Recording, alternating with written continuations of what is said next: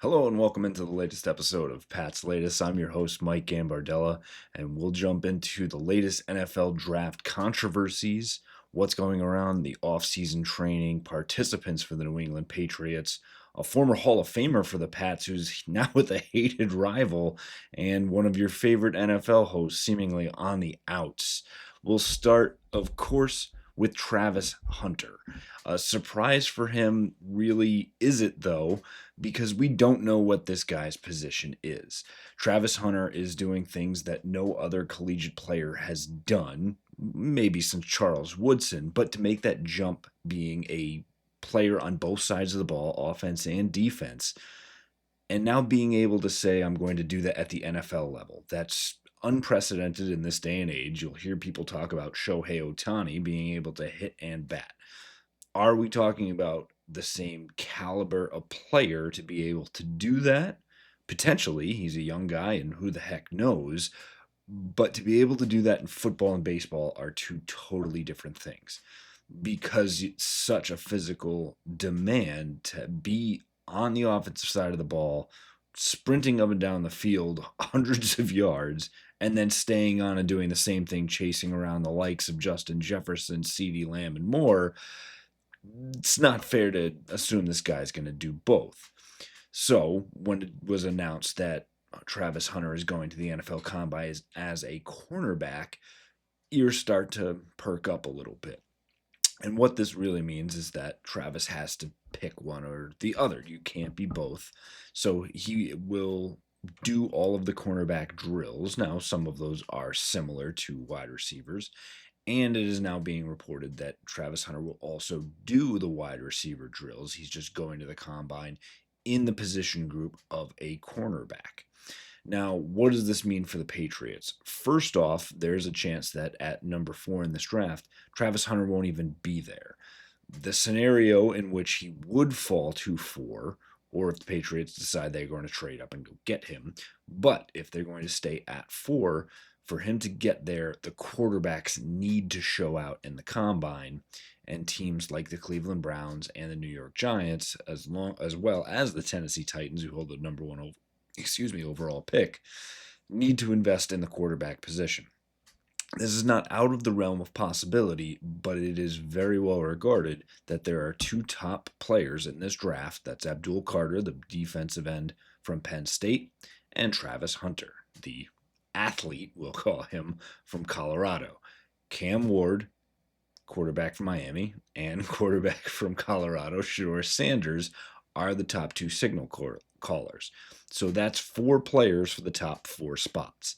Assume to hear those names called in some order, and the Patriots will have a decision to make if those athlete and edge player go and a quarterback slides and they trade back, get something. If the quarterbacks go, they could end up in this Travis Hunter discussion. And I think at that point, you take him. There's no questions asked. And then you figure out where he fits into your scheme. Do you want him as a secondary lockdown corner next to Christian Gonzalez in your defensive backfield? Or do you want him as a potential top option for Drake May? In reality, I think it would be the first, and the latter would be in a package of plays for Drake May to have him out on the field. We've seen this with Marcus Jones out there and doing this. It took a little while for the previous regime and Alex Van Pelt finding out that he could play offense.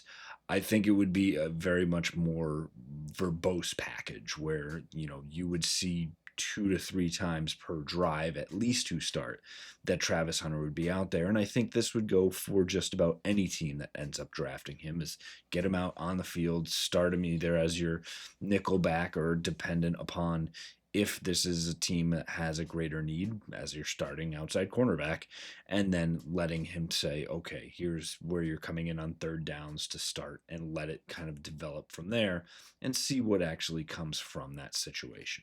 Again, the Patriots will need those quarterbacks to go early to have a shot at Travis Hunter, or to Abdul Carter for that matter, to slide back down. And if a quarterback ends up there, they will have a decision. And I think that they should, and Elliott Wolf will indeed listen to offers to decide could they pick up additional assets to let someone come up to that spot. The Raiders are a great example of that, to be able to go there and then pick up guys later in the draft? Or do you stay and take a Will Campbell, the offensive tackle from LSU? Will it continue to roll around till we get to late April? So another 2 months of speculation here. But again, as these things come across, the path towards who the Patriots will take in the draft becomes a little bit more clear. Something that is clear is the Patriots who are back in action already. This is more just getting early training sessions in versus organized team activities or having people more at the facilities. These are guys just really looking to put the pedal to the metal and see if they can double down. The top one here is Joe Milton, getting in offseason work with former NFL quarterback Jordan Palmer. He is actually the founder of something called QB Summit, which is highly regarded for its work for a lot of different quarterbacks. And Joe Milton put the NFL on notice with his performance in Week 18 versus the Bills and leading the Patriots to that victory, and acquitted himself extremely well. So what this means is that the Patriots absolutely have its quarterback two for the season behind Drake May. What this could mean is the Patriots potentially could have another starting quarterback on its roster. Because the quarterback position is so shallow in the NFL, they are going to get calls about Joe Milton. It will just be a discussion if Elliott Wolf, Mike Vrabel, Robert Kraft see value in keeping Joe Milton, allowing him to develop in this new system, especially with Josh McDaniels coming in, and eventually trading him further down the line to potentially increase the assets that could be returned. Or do you make the call right now and say, hey, Cleveland, Raiders, Jets, probably not because it's in division. Let's talk. And could you get up to a second round pick for a guy that you picked late in last year's draft? A good problem to have, but right now the Patriots are very much solidified in their quarterback room. They will need to add a veteran presence into that room just for the benefit of two very young guys, and there's a lot of players out there that could fit that mold, and we mentioned it in a previous episode, so please go back and check out our old episodes and hear the full list and why some of those guys might work. And another one to add on, if you really are looking for that seasoned elder statesman to teach these guys everything they need to know, remember the name Joe Flacco. Two other players for the Patriots back at the facility and getting some extra work behind the scenes for the second round draft pick, I should say. Jalen Polk was back there with the Patriots strength and conditioning coach Brian McDonough. He went on social media with the tagline that get back year, something that he really needs after a unfortunately very disappointing year one, and something that, you know, as a top draft pick from a top school from Washington that played extremely well, you should expect a jump, and usually comes from any player from that ilk. Now, looking at it from a guy that really underperformed, it's going to be a jump. It's just a question of how far. The additional things here for Jalen Polk was that he actually looked to be recovering from a right shoulder or arm injury. He did have his arm in a sling, so something to keep an eye on there, and something that could actually answer a lot of questions around why he had such struggles. This was a guy that was expected to be one of the safest picks in the NFL draft at this time last year. So surprising that it did not go his way in year one, and looking for him to get back to it in year two. Another player that was with him in the facility and with Brian McDonough was Cole Strange, the former first round pick for the New England Patriots a few years ago. Unfortunately, that draft now being looked at as one of the worst, not just for the Patriots, but in many teams over the past few years. So it would be nice to see the Patriots get a piece back into that offensive line mix.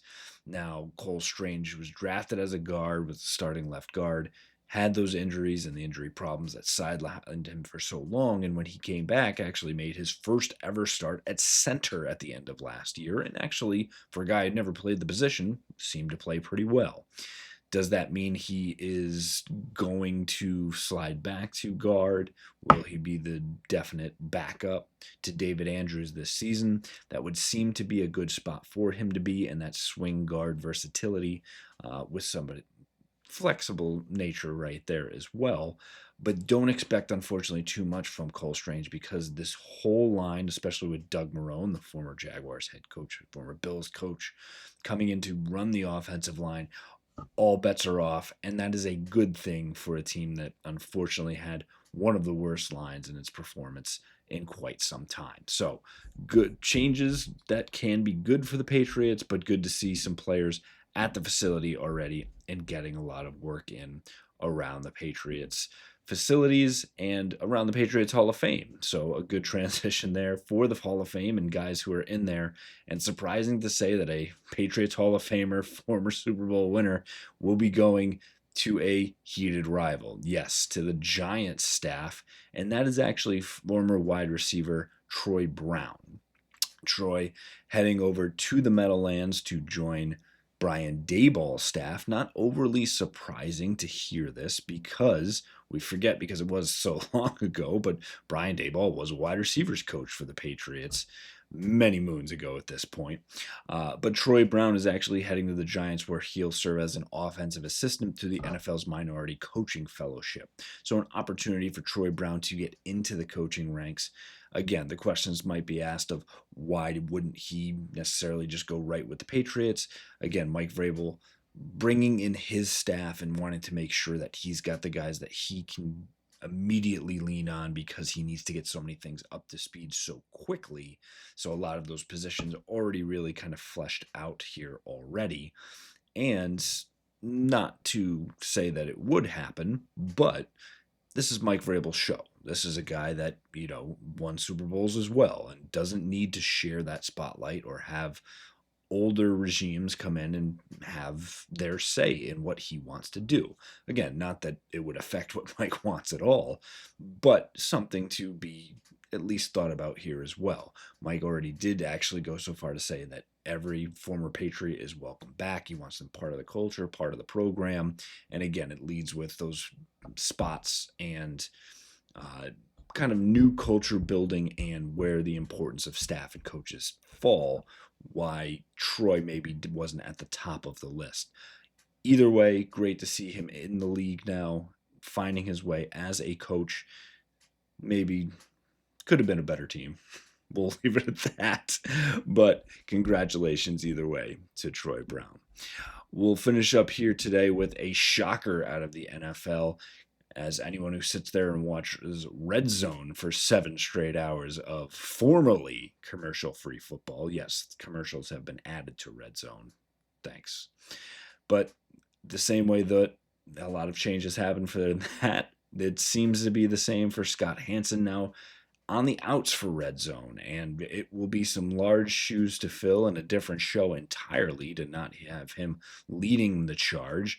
But his contract was up with NFL and NFL Red Zone, and it looks like he actually may be pursuing or being pursued by NBC at this time, and actually could end up on NBC's Sunday Night Football broadcast. It said they are in talks, as Scott Hanson actually had worked with them previously in the Olympics coverage and did Gold Zone. And it looks like, it could be something that comes to fruition. So it will be a big change for any of us that have watched football and gotten so used to that and have that wraparound coverage. Wish the best to Scott and whatever he chooses to do, and hopefully he will find something that will keep him around the game. But for anybody else looking for a new gig, talk to the NFL, and then you could cover 7 hours of football. Not a bad gig, I'll tell you that much. That's what we'll wrap up here today, but please go back and check out our previous episodes. Make sure you subscribe to our channel and get in the comments and let us know who you think the Patriots should have on the top of their draft board before we get into a lot of different free agency talks in the coming days and weeks. Fight on, Foxborough.